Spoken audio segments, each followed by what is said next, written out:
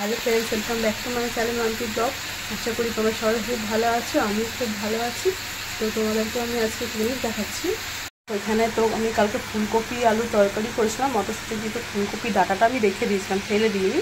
তো ওই ফুলকপি ডাঁটাটাকে সরু সরু করে কেটে প্রেসারে একটুখানি সিদ্ধ করে নিয়েছি, কেন শক্ত থাকে তো। তারপরে তোমার সেদ্ধ করে আর সেখানে সবজি এখানে কেটেছে, যারা সবজি থাকবে তবে সব সবজি চচ্চড়ি করে দিতে পারো।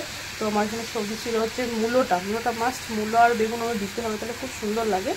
আর আমি কেটেছি একটা মূলো দিয়েছি, বেগুন পরিমাণ মতো তোমাদের যতটা লাগবে ততটা কেটে নেবে। তো আমি কপি ডাঁটাকে অল্প সেদ্ধ করে জলটা ছেঁকে নিয়েছি। এবার তোমার হচ্ছে একটা বেগুন দিয়েছি, মূলো দিয়েছি, ঝিঙে দিয়েছি, তারপরে হচ্ছে দেখো আলুটাকে তোমার খোসাটা ছাড়াবে না, আলুর খোসাটা ছাড়ালে টেস্টটা নষ্ট হয়ে যাবে না, আলু খোসা শুধু তোমরা কাটবে। এখানে মূলো দিয়েছি, ঝিঙে দিয়েছি, পেঁপে দিয়েছি। পেঁপেটা দিলে কি হয়, টেস্টটা হয়ে যায়, মুচড়ে যায়, মানে খুব ভালো করে সেদ্ধ করে। পেঁপে দিয়েছি, বেগুন দিয়েছি, মূলো দিয়েছি, ঝিঙে দিয়েছি, আলু দিয়েছি। এবার আর প্রথমে কড়াইতে তেল দিয়ে, তেলটা গরম হয়ে গেলে পাঁচফোড়ন, শুকনো লঙ্কা, বড়ি দিতে পারো। পাঁচফোড়ন, শুকনো লঙ্কা, বড়ি দিয়ে তারপরে আলু, পেঁপে, ফুলকপি ডাঁটাটাকে দিয়ে দেবে। তারপর ভাজা ভাজা হলে একটু বেগুনটা পরে দেবে। বেগুনটা, ঝিঙেটা আমি পরে দিয়েছি, কারণ ওগুলো তো একটুতে গলে যায়। যখন মূলো, আলু, ফুলকপি ডাঁটাটা একটু ভাজা ভাজা হয়ে গেছে, তখন ঝিঙেটা আর বেগুনটা দিয়ে দিয়েছি, আর একটু আদা ঘষে দিয়েছি। এবার দেবো হচ্ছে একটু টমেটো। টমেটো কুচি করে নিয়েছি, এবার দিয়ে দেবো। এই যে টমেটো কুচিটা দিয়ে দিলাম।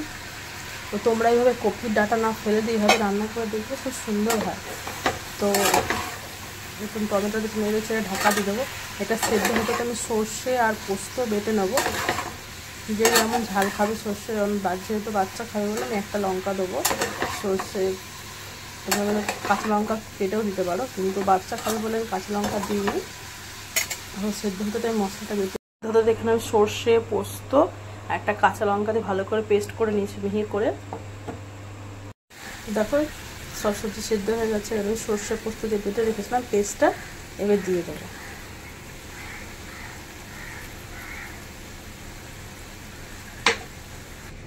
ভালো করে নেড়ে ছেড়ে আর 5 মিনিট ঢাকা দিয়ে দেবো। 5 মিনিট হবে, তাহলে আমার চচ্চড়িটা হয়ে যাবে।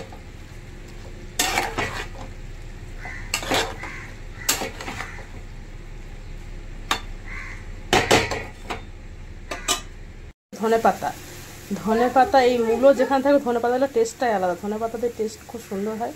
ধনে পাতা অতি অবশ্যই দেবে, খুব টেস্ট হয়।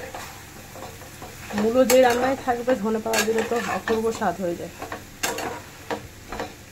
চচ্চড়ি আমার রেডি। তো তোমরা এরকম কপির ডাঁটা না ফেলে দিয়ে এরকম করে একবার হলো চচ্চড়ি বানিয়ে দেখো, খুব দারুণ লাগে। এটা দিয়ে সব ভাত খাওয়া হয়ে যায়।